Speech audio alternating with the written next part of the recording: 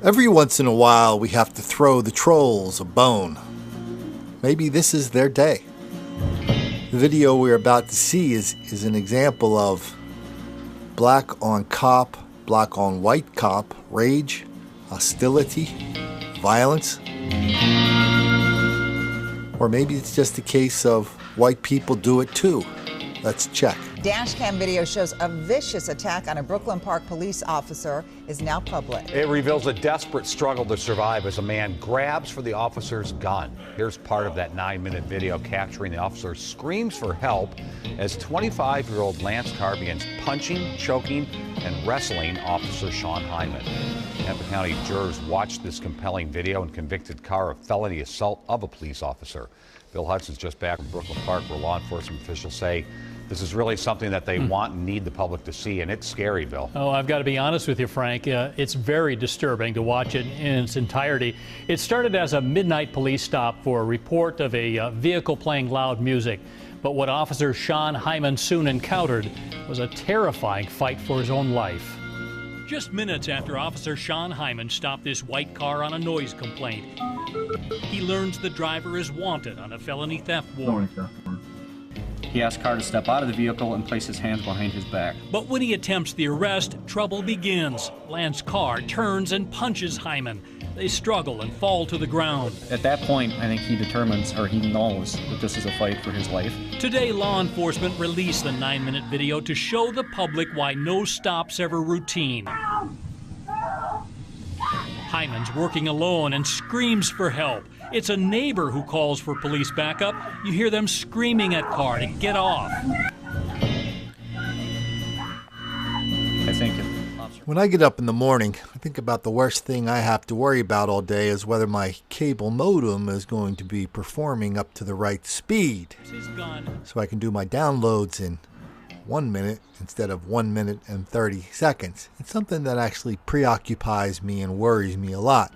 I don't know what I would be thinking of if every day as I picked up my little lunch bucket to go to work, I had to face the prospect of meeting people like Lance Carr, criminals with contempt for the law, contempt for law officers. Had not intervened, however they chose to intervene that night. I'm glad there are people that do it on our behalf, and I know there's a lot of people on this YouTube channel that have nothing but contempt for cops. That doesn't make any sense to me. But we'll leave that for another day. Let's go to this. So Lance Carr. I haven't done a DNA test on him, and when I first saw this video, I didn't even put it in my little file to make a video out of it, because on the raw police video, I thought it was a white guy. I always put it in my white guys do it too file. Oh yeah, there's a couple things in there, by the way. I'm surprised the trolls don't send them to me. But anyway, then somebody sent me his Facebook page, and here he is on Facebook. So you tell me, is Lance Carr black or white? I can tell you he self-identifies as black. He has a black baby mama. Carries around all the accoutrements of black culture.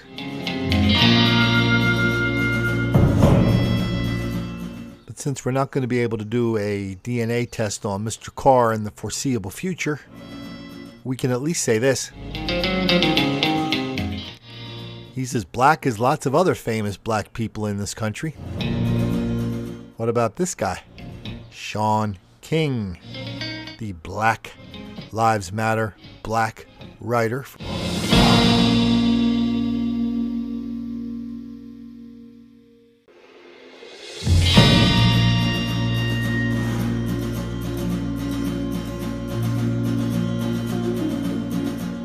What about this black guy? Benjamin Jealous. He's the former president, former head of the largest black organization in America, the National Association for the Advancement of Colored People.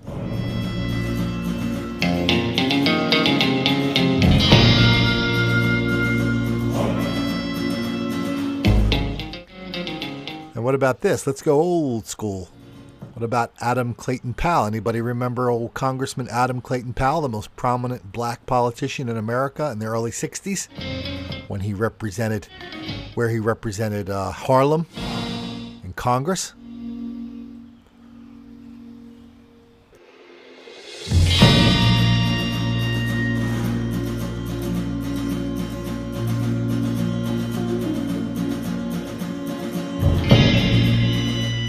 What about this dude? Superfly. He was black.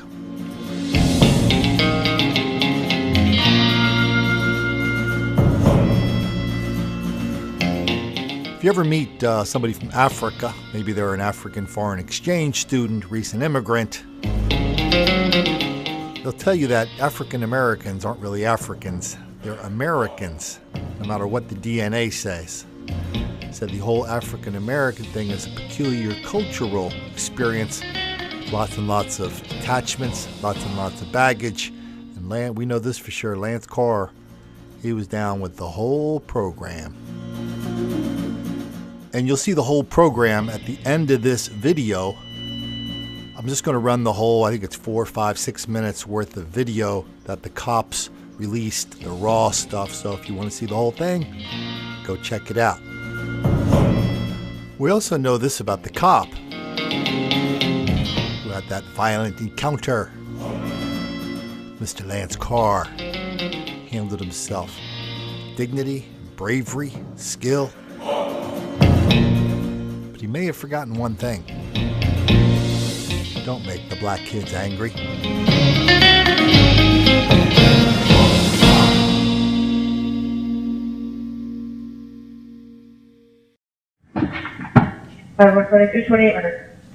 Back on November 29th of 2015, just after midnight, a Brooklyn Park police officer responded to a complaint of loud music coming from a vehicle in northern Brooklyn Park. Upon arrival, he made contact with the only occupant of that car, 25-year-old Lance Carr. The officer determined that Carr had an outstanding felony warrant for his arrest. He asked Carr to step out of the vehicle and place his hands behind his back. Carr then turned and viciously attacked the officer. Again, like I had said before, the report was loud music coming from a vehicle, which is what Officer Hyman responded to. He's by himself. It's a one-man car. All of our squad cars are one-officer squad cars here in Brooklyn Park. So he's by himself. Just approached the vehicle and identified Lance Carr. Felony theft warrant. He's received information at this point that the individual has a felony warrant. That was the dispatcher asking him if he was out with that individual. He reapproaches on the driver's side, asks Mr. Carr to step out and place his hands behind his back. I'm not sure how much audio will be there for that, but that's what I want to share with you.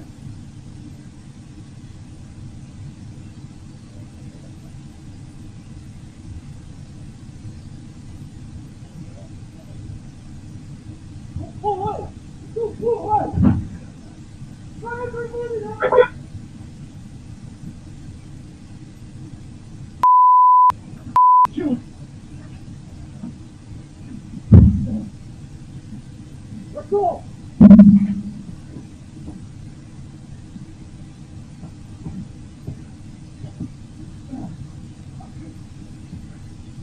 Let's go! Let's go! 500 units calling to me.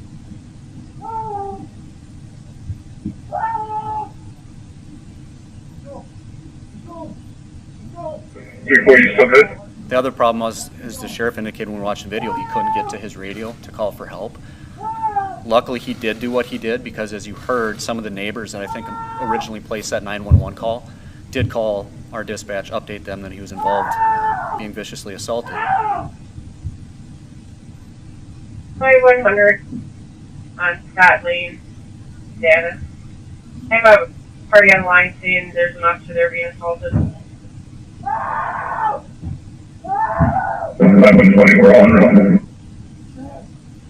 509, hold the van. Emergency traffic keys may all use current car.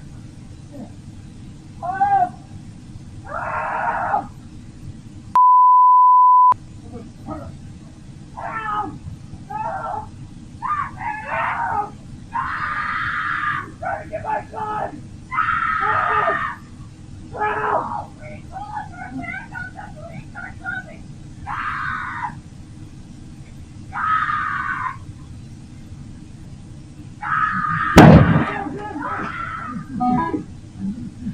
point you heard the weapon go off. That was an intent by our officer to end this vicious attack upon him.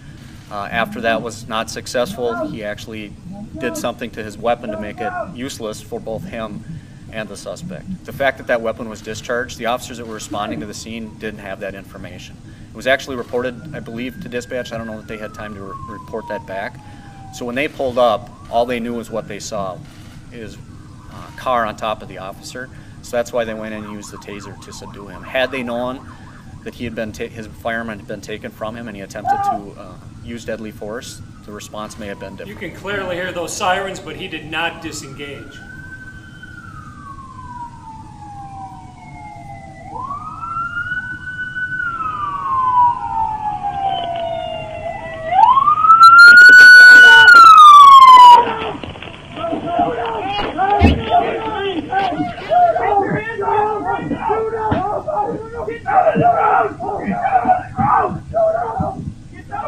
We've all been involved in scuffles, and it's usually a scuffle to keep from being apprehended.